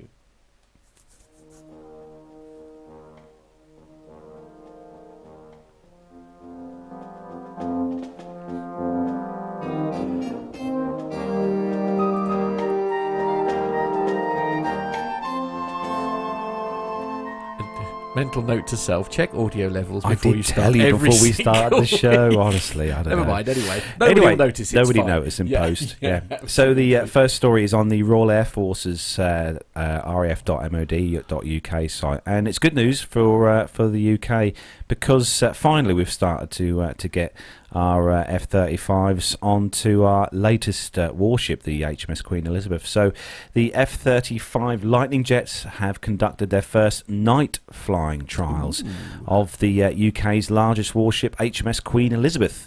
The aircraft carrier, which first landed F-35 Lightning jets on board last week, is currently conducting flight testing off the coast of the United States.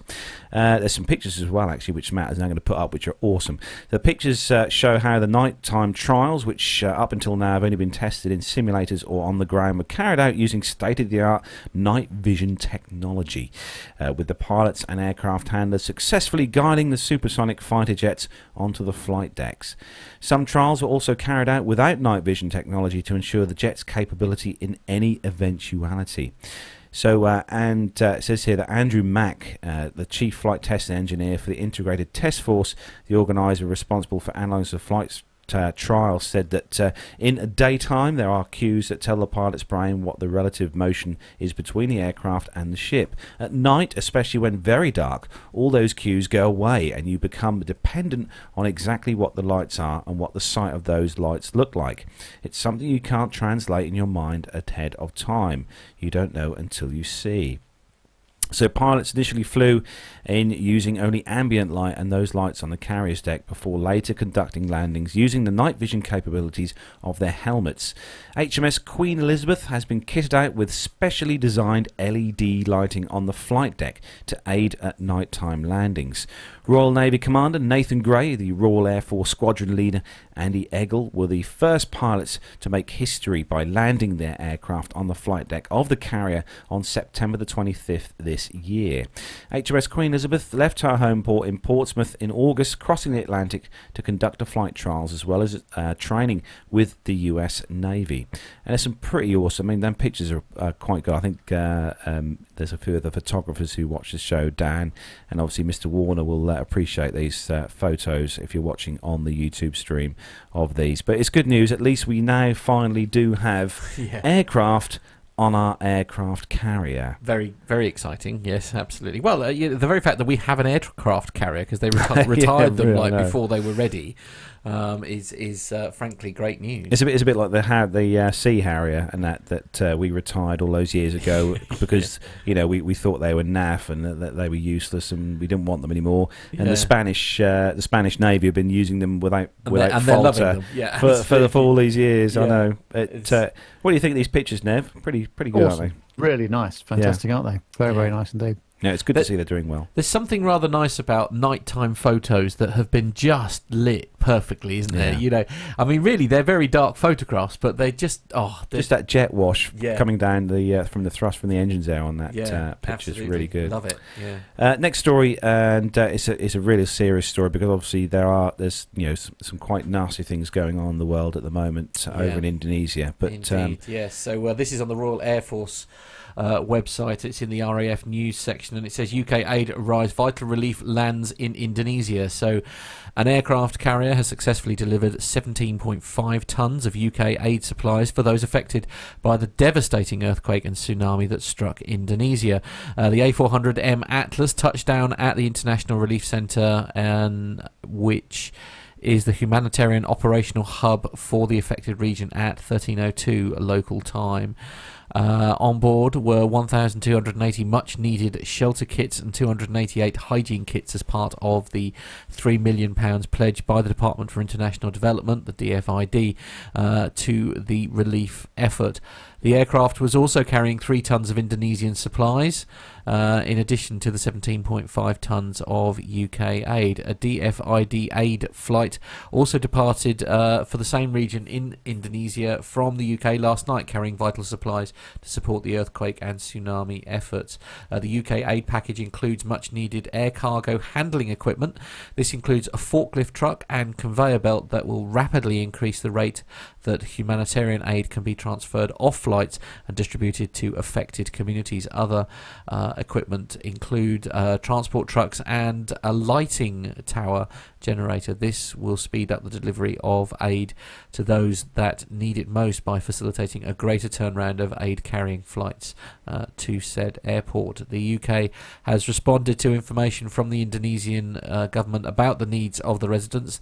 There is a DFID team of humanitarian experts in Indonesia coordinating the response. In addition, the UK government has also announced it will match pound for pound the first £2 million raised by the generous British public to the Indonesia tsunami appeal launched yesterday by the Disasters Emergency Committee. I mean, it's an awful story, isn't it? It is, yeah. And so, I mean, we've all seen the pictures in the news about the incident.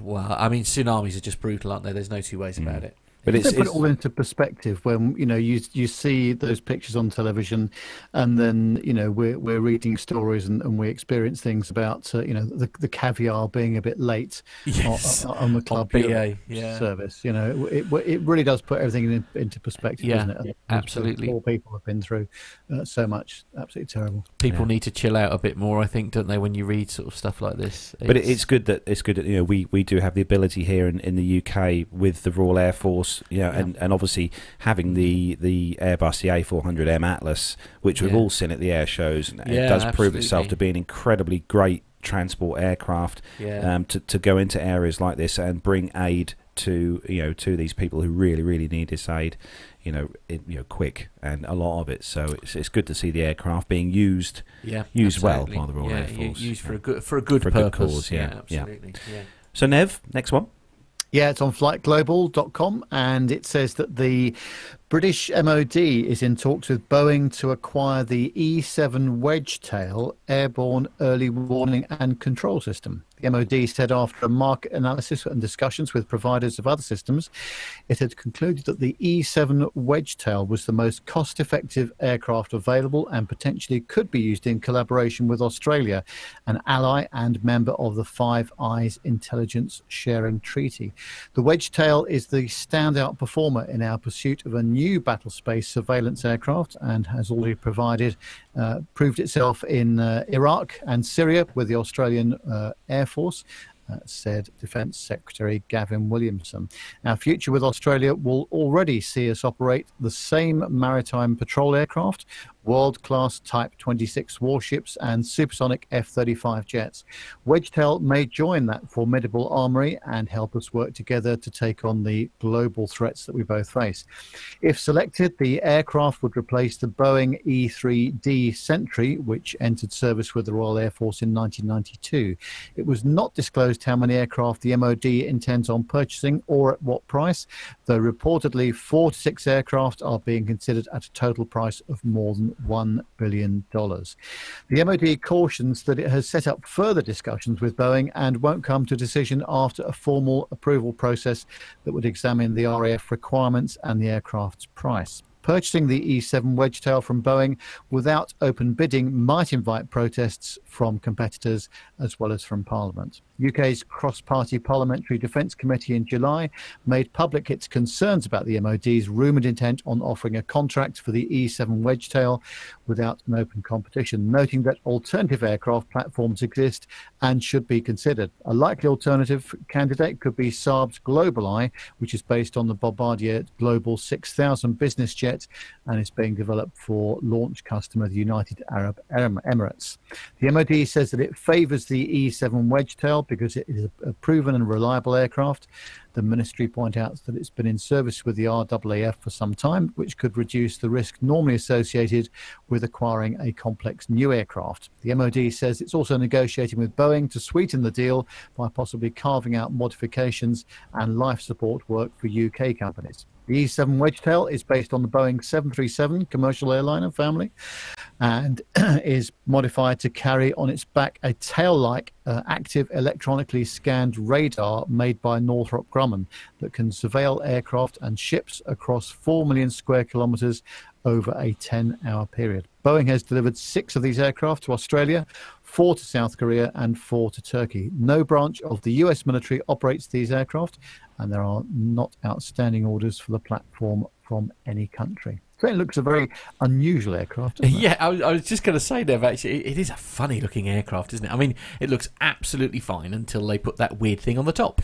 The wedge. The wedge, I mean, which is what makes it said aircraft, and I'm sure it's a very useful... I mean, they wouldn't make it like that if it wasn't, a way to do it. I mean, it must be very different to fly something like that, because it must have a massive impact on the way that it handles. Yeah, these aircraft, they, like I said, Nev said they're based on the 737-700ER version of the 737. They have a crew of around about 10 persons on board these, powered by two CFM International CFM56 7B turbofans, cruise around 530 miles per hour, and the I've seen one of these up close and personal. Didn't get to go on board, obviously for obvious reasons. Didn't get a chance to go on board and take photos, but it'd be nice to see the UK actually get some of these, and obviously get some search and rescue stuff, kind of like this, which is what they use it for as well. Back on task again with the Royal Air Force. Absolutely, yeah. So that is where we bring the military segment to a close. So what have we got coming up next, Nev? Well, one of our keen listeners, is a fellow called Jordan Rose, and he's on the west coast of the US. So trying to catch up with him for interviews and so on has always been a bit tricky in terms of the time differences and also my availability as well. However, this week we finally got together for a bit of a chat over Skype, and Jordan was telling me all about his recent travelling to Europe and the airlines that he flew in. And I first asked him what sort of flying he's been doing recently. Yeah, so my wife and I planned a trip quite a few months back. It was our 10-year anniversary in April, and to celebrate our anniversary, we planned a trip to go to Amsterdam originally. And so we booked using our miles on KLM and business class on their new 787 Dreamliner. And after about a month after we booked that, my wife was talking to me about, well, we're there for 10 days. Why don't we go somewhere else and see something else? And at first we were going to do Ireland, and we then decided on London, which, funny enough, I have flown through London Heathrow 1 million times, but never been out of the airport. I've only transferred, obviously. So I thought, well, that's a great idea. I'll finally leave the airport, I guess. So we used my British Airways Avios miles, and I booked Club Europe, and we planned a trip to start in London for about 5 days and finish our trip in Amsterdam. And so we flew 2 different airlines, and shake a Delta in there too, because they're a partner with KLM. So on the way back, we flew Delta. Yeah. But yeah, we were there for 10 days, and we visited both London and Amsterdam, and they were both beautiful places. So what was your Dreamliner experience like on KLM then, coming across the pond? Well, I wish I could have said for myself it was a great one, but unfortunately, I have diverticulitis, and I had a little bit of a flare-up as soon as I got on the plane. So I slept the entire way. I didn't eat. I didn't really, but I will tell you, the seat was very comfortable. They have the new business class seats on the 787 Dreamliner there. Really nice screen size on the video setup. But I'll tell you, the bedding and the seat were very comfortable.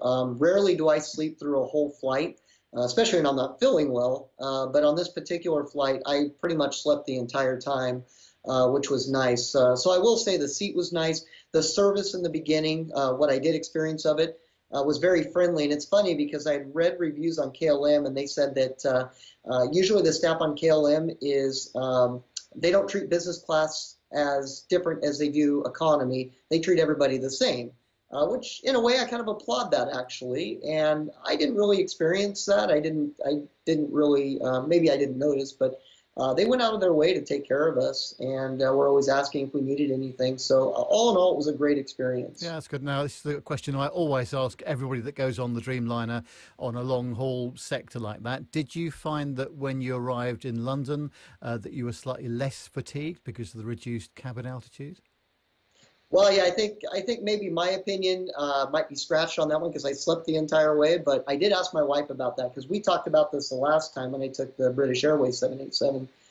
So I asked her. She didn't sleep as much as I did, and she definitely could feel the difference, not only in the sleep, but also her skin. I was asking about that and, being dry or anything like that. And she can definitely tell a difference between that and for example, the 767 we flew back on the way home. Yeah, interesting. I think putting more humidity into the cabin definitely makes a difference, doesn't it? No question about it. Oh, for sure. No, it was nice. And there was no turbulence that I can remember. I asked her, she was awake a little bit longer. She said it was probably one of the smoothest overseas flights she's taken as well. So we got very lucky, very fortunate. Yeah, nice. And then you spent some time in London, which was great. And then you went to, what did you do? You flew to Amsterdam first, didn't you? We flew to Amsterdam first, yeah. And then you went to London after that. Was that on a British Airways service? Yeah, we did British Airways. We did the A321 in Club Europe, and we were in row 1, I believe, on that one. And as soon as we landed in Amsterdam, we caught that flight to London. So we actually spent the first 5 days in London, last 5 days in Amsterdam.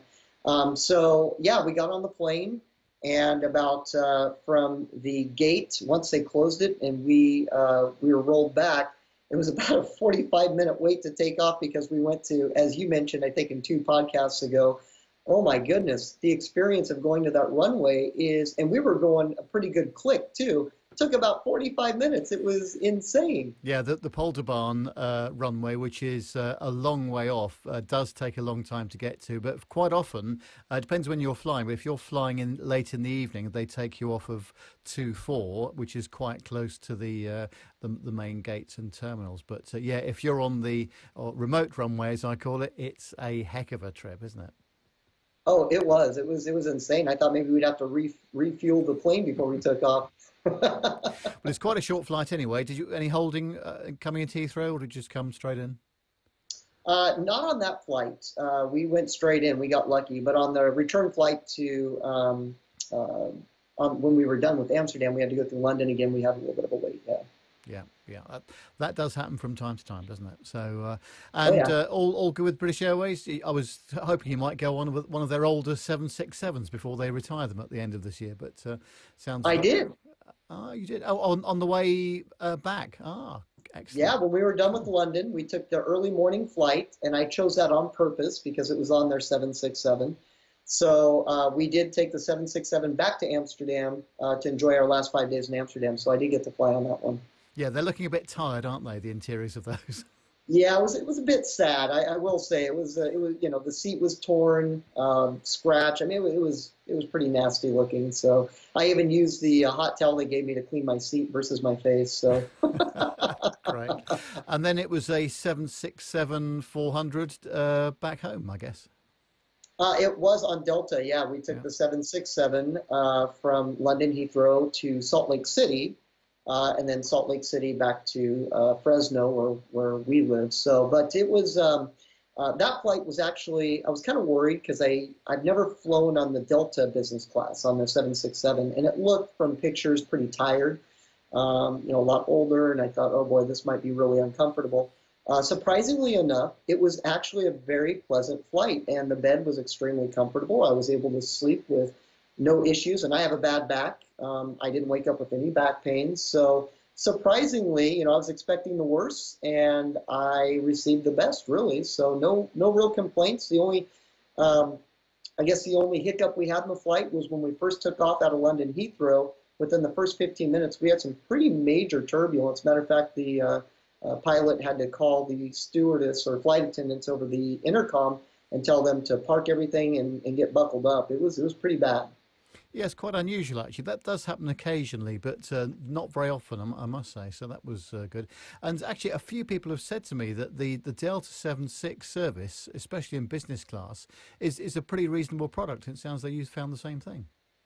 It was. The food was good. The service was phenomenal. I think at one point I even told my wife, I said, man, it's like going to a restaurant where they almost overdo it a little bit, where they want to make sure that you're taken care of. I felt like the flight attendants on both sides, my wife and I both had different flight attendants, but they were just on top of their game. And I, when I'm on a flight, I pay attention to what they're doing with other passengers too. And I thought, wow, the service was phenomenal. Great stuff. So what flights have you got lined up next? Where are you planning to fly to next, Jordan? Well, in November, we're going to be flying to Las Vegas. My wife has never been there, and it's been probably over a decade since I've been there. So we're taking American Airlines. I have some miles with them. So we're going to be, it's a short hop from Fresno to Vegas. It's about probably an hour, so nothing special there. As far as international lined up, it looks like maybe either in February or March, I think we're going to be doing, hopefully, Morocco.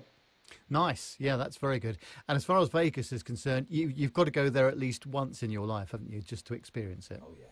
Oh, absolutely. My wife and I, we're not real gamblers, so we're just going for the show. So we're probably going to go see some Cirque du Soleil and, different things like that. Although she is a very lucky one. I've told my wife anything she touches turns to gold. So I'm kind of encouraging her. I'm like, just go to a table, put down a bet, see what happens. That would be great, wouldn't it? Yeah, and then you'd have to be able to come back and think about how you're going to spend all those dollars afterwards. Travel more, of course. Yeah, exactly. Well, that's brilliant, Jordan. Thank you very much indeed for the chat today. Really appreciate it. Of course, thank you, Nev.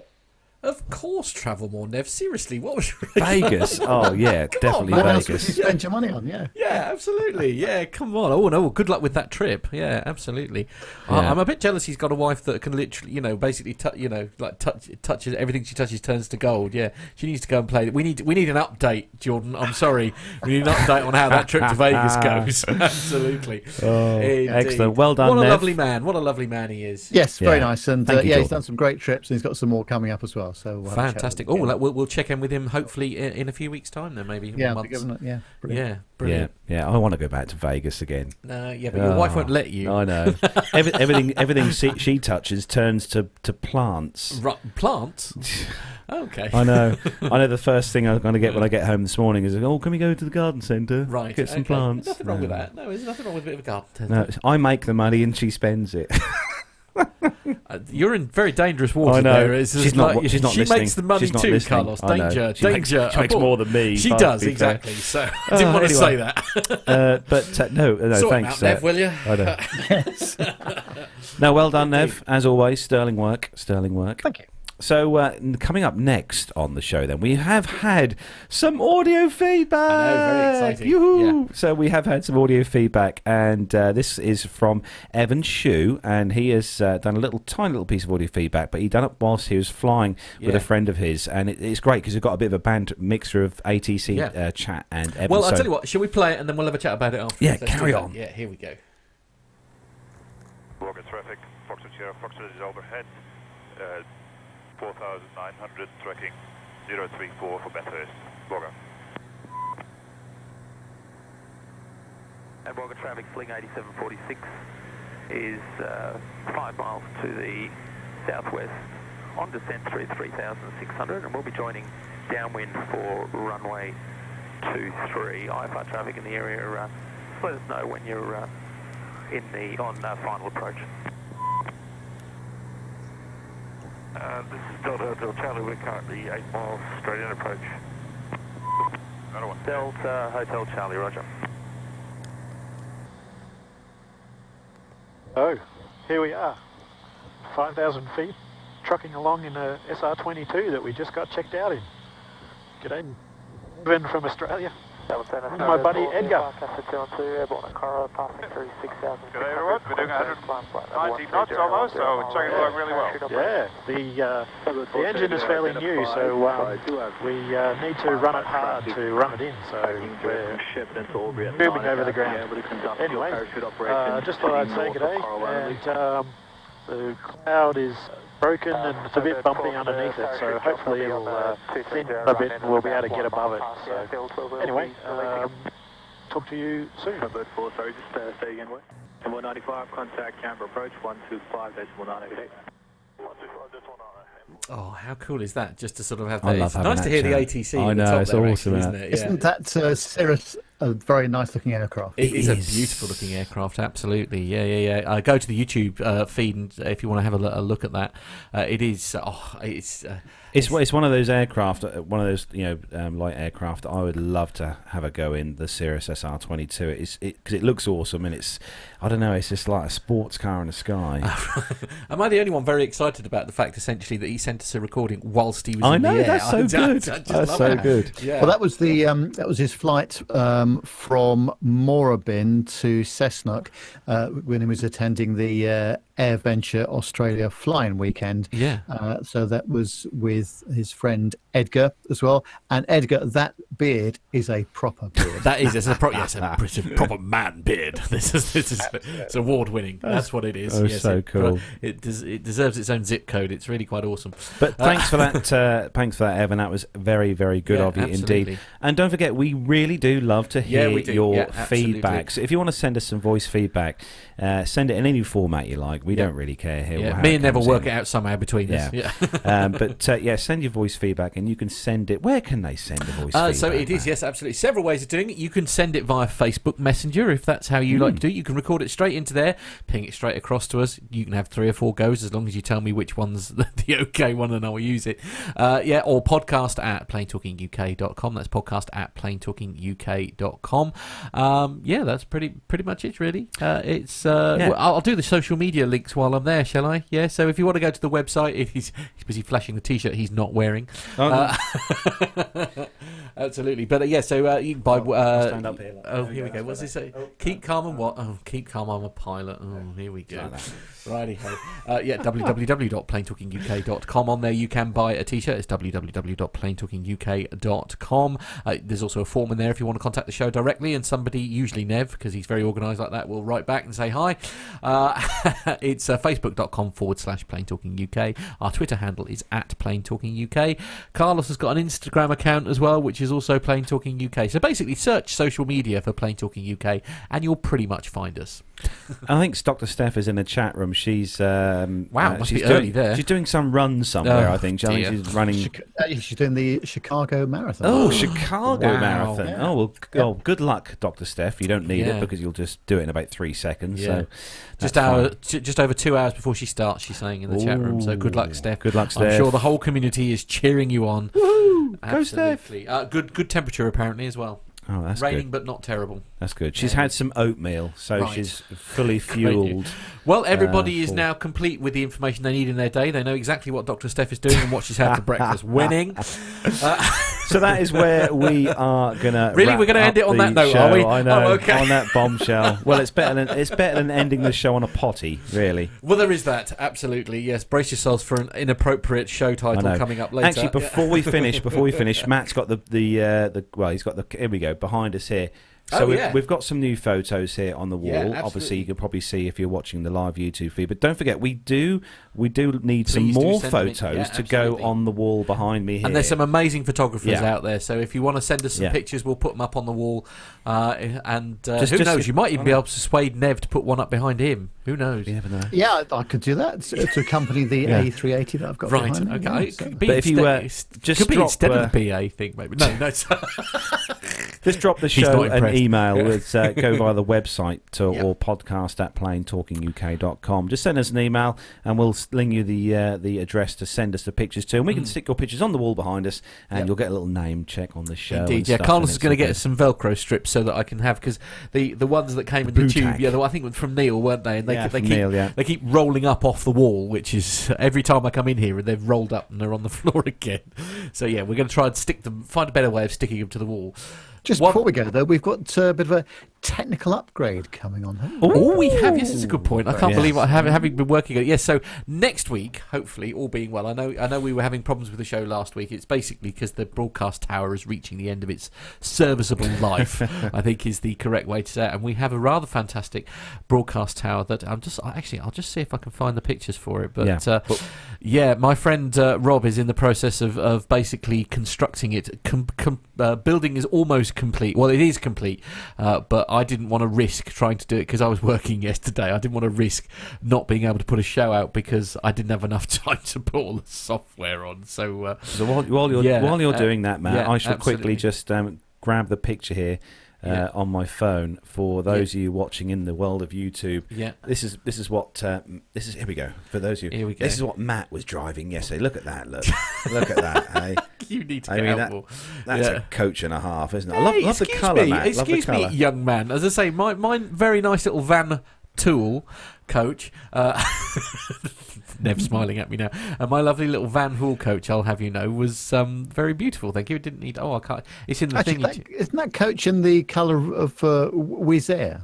Oh, it might be. Yeah, that's a good point. Yeah, they should use it as their team coaches or whatever. You know, the ones that take them to the airports and stuff. I'm sorry, my computer is being very, very slow. But bear with me. Probably doing an update. Oh, Windows probably, 10 or something. yeah. Most likely. Tony S in the chat room said that's a Bobby Dazzler. Right, it's a Bobby Dazzler. Okay, I am nearly there. Sorry, I'm just trying to get it to. I can't. So we will be back while Matt's trying to find out. We will be back next Friday, back to normal show times next Friday. Is that okay with you, Nev? Yeah, next Friday we'll be back to normal programming next Friday, and fingers crossed. Hopefully, I'm just waiting to hear back. Hopefully today from a possible guest that we've got joining us next Friday. Very good, yes. Indeed, there we are. That's the outside of the new. It's a little. We've got a little a sort of high-tech cube coming. It's boasting 8 USB ports plus room for more if we need. So it's very sort of. Looks quite nice. It does absolutely. I've got one more. This will excite the cable management people. Wait for this, guys and gals. Absolutely. This is a real treat. So this is essentially what's going to be inside said beast. So here we go. It's a. Oh, I can't get it to work. There we go. Hang on. There it goes. Wow, that is. Isn't that nice? It's got 2 fans. Yeah, it's actually got 3. Oh, is it? Yeah, there's one above as well, but you can't see that one. Just to make sure it doesn't overheat and stuff. But it's a neat little cube. So yeah, the upgrade is more or less done. And I'm hoping, unless something goes horribly wrong, we shall be using it for the very first time. Nev will be joining us in HD as of next week. Look forward to that. Yeah, as of Friday, all being well. So yeah. Fingers crossed. Excellent. So that is where we go and bring episode number 237 of the Plain Talking UK podcast to a close. A huge thanks to everyone who's joined us in the YouTube chat room this morning. Loads of people in there, all the family members in there. And thanks for taking time out of your Sunday morning, afternoon, evening, whatever it is in the world where you are. Joining us. Don't forget, we'll be back next Friday at 7 p.m. UK time for the next show, 238. So Nev, thanks for joining us. As always, Nev, sterling. You are very welcome. Have a good week, guys, and see you again on Friday.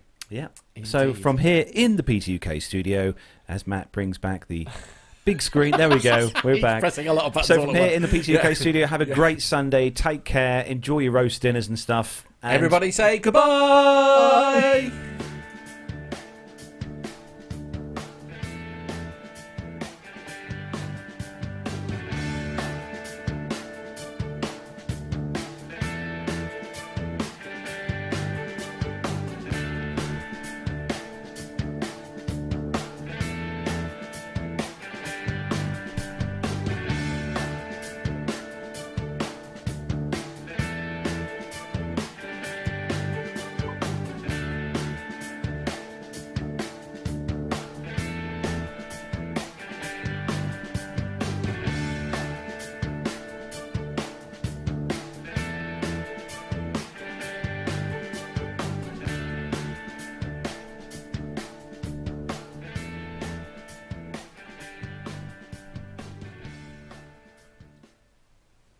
There we are. Hello.